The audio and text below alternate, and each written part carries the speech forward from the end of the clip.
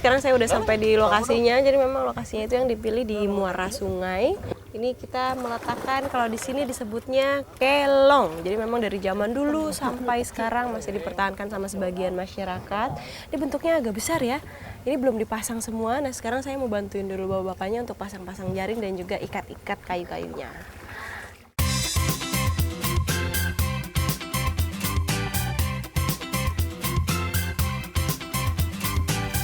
Mendirikan kelong dilakukan pagi saat air surut, agar kegiatan menancapkan kayu dan membentang jaring lebih mudah. Perlu kayu lagi di situ. Yang lele. Nah, jadi untuk sistem kelongnya ini sendiri sebenarnya memanfaatkan pasang surut air laut. Jadi ketika pasang nanti ikannya masuk, ketika surut nanti ikannya akan terjebak di sini nggak bisa keluar lagi. Dan kalau dari bentuknya, ini kayaknya dari belakang itu melebar, lama-lama mengerucut kecil di bagian sini. Saya bikin kotak begitu ya, Bang? Saya juga sebenarnya belum terbayang bentuknya. Perlu 150 batang kayu untuk merakit kelong kecil seperti ini. Jarak kayu yang ditancap adalah 2 meter agar besarnya pas. Uniknya, membangun alat tangkap ikan sebesar ini tidak memerlukan paku. Kayu dan tali sudah cukup kuat menahan arus air.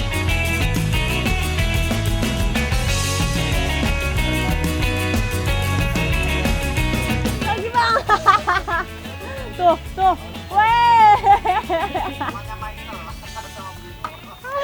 Aduh, luar biasa. Goyang. Ya, ini tenaganya selain tangannya harus kuat, kaki juga harus kuat. Kenapa? Karena pindah dari satu kayu ke kayu lain cuma dengan bermodalkan tangan dan kaki. Tali pengantar.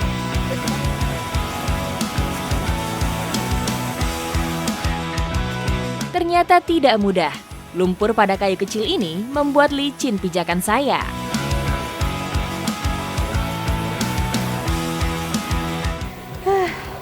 Ini lagi kesulitan membuat kelong.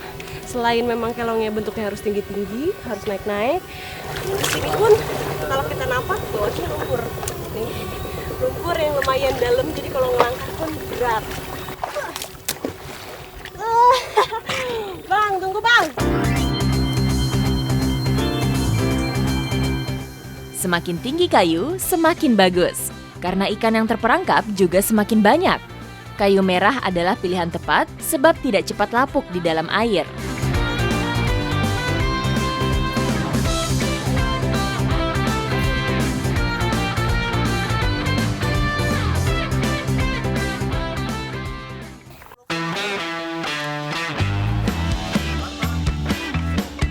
Jaring-jaring ini dipasang sedemikian rupa agar ikan mudah masuk namun sulit keluar.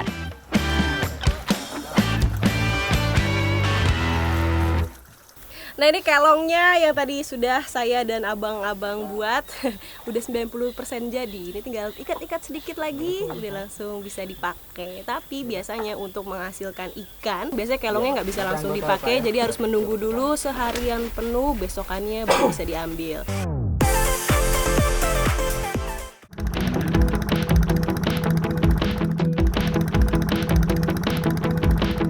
Satu orang memiliki lebih dari 1 kelong supaya dapat panen setiap hari.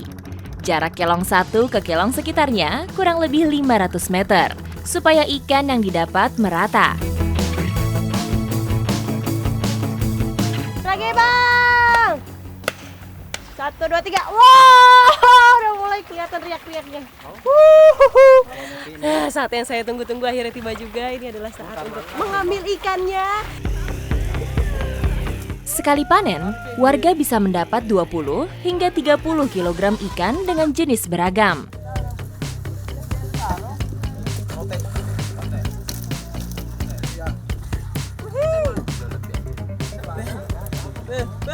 Besar sekali. Besar. Ini dia salah satu hasil tangkapan yang kita pakai dengan teknik yang masih tradisional ini. Ikannya cukup besar ukurannya. Ini disebutnya biasanya ikan merah. Iya. Ikan merah. Tuh, ini kayaknya beratnya mencapai 1,5 kilo nih. Nah, lumayan berat, coba bang pegang, lumayan berat. Dan lumayan serem loh, ikannya ada taringnya. Ikan merah taring ya? Iya, disebutnya. ikan merah taring. Ikan merah taring.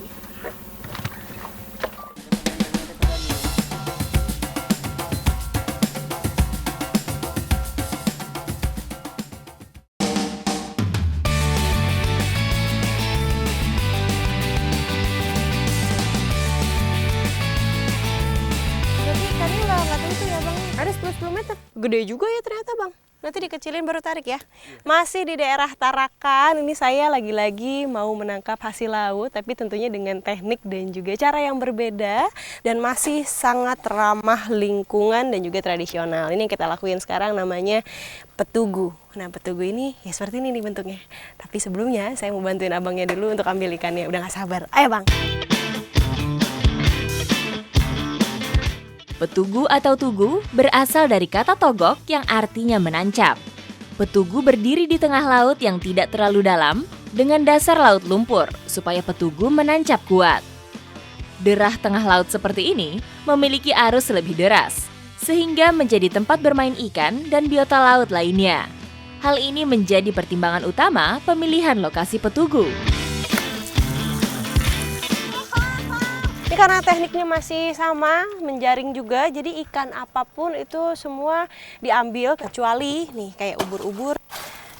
Itu nggak boleh, harus dirilis lagi, dibuang lagi supaya tetap hidup.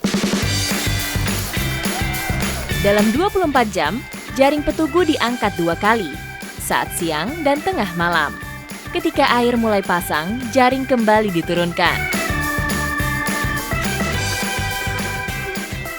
Ikannya banyak kali kecil nih, ikan apa sih Bu?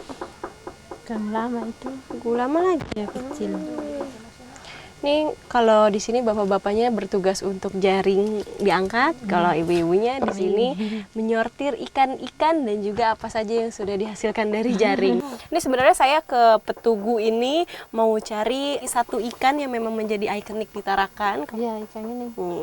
Kalau ibu nyebutnya ikan apa Bu? Ikan tipis. Ikan tipis. Ikan tipis, tapi yang saya tahu ikan pepija. Dan ini bentuknya, ini saya sebenarnya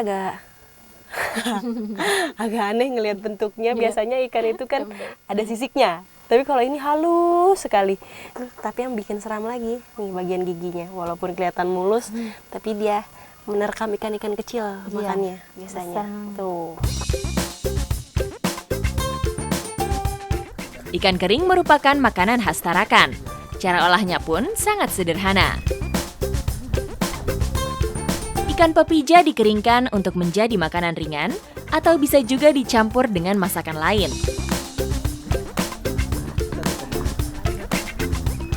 Nah, kalau misalnya ikan pepijanya sudah dijemur, kita tunggu sampai 1 hingga 2 hari tergantung cuaca. Kalau cuacanya benar-benar panas, seharian pun sudah bisa langsung diangkat. Nah, di sini saya mau bikin satu olahan yang menjadi khasnya di sini namanya lawa. Tetapi ikuti jejak saya, Jajak Petualang.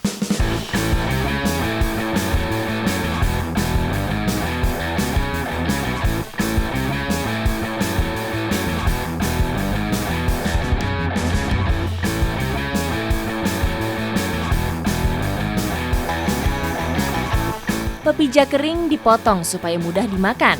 Selanjutnya, bumbu-bumbu ini dihaluskan. Selain sebagai penyedap, juga mengurangi amis pada rumput laut dan kapah. Ya, ini bukan disebut lawa kalau tidak dicampur dengan kelapa dan juga bahan-bahan lain. Nah, kalau di sini dicampurnya pakai kerang kapah dan juga nanti akan dicampur sama rumput laut. Baru nanti ikannya kita masukin. Nah, ini berarti dimasukin semua ya Bu ya?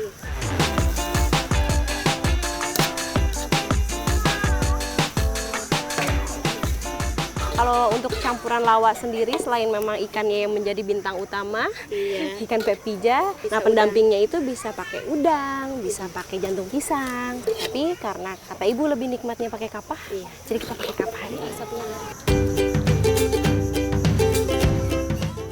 Lawa adalah makanan khas suku Tidung. Biasanya disajikan sebagai makanan pembuka.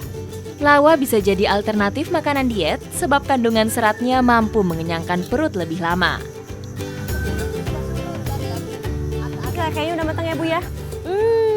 Ini aromanya, lawanya tidak menunggu waktu lama, akhirnya jadi juga. Kalau dari warnanya lihat dong, cantik sekali, kuning, aromanya juga enak. Saya udah gak sabar untuk sendok dan mau cobain rasanya. Nanti akan ditoping dengan kemangi, lebih cantik lagi warnanya. Mari saya makan ya Bu. Iya. Wah,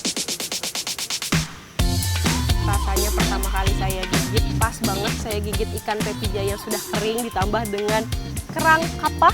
saya udah nggak bisa ngomong lagi. Rumput lautnya juga enak, makin krenyes-krenyes, ditambah juga tadi dengan kelapanya yang bikin makin gurih.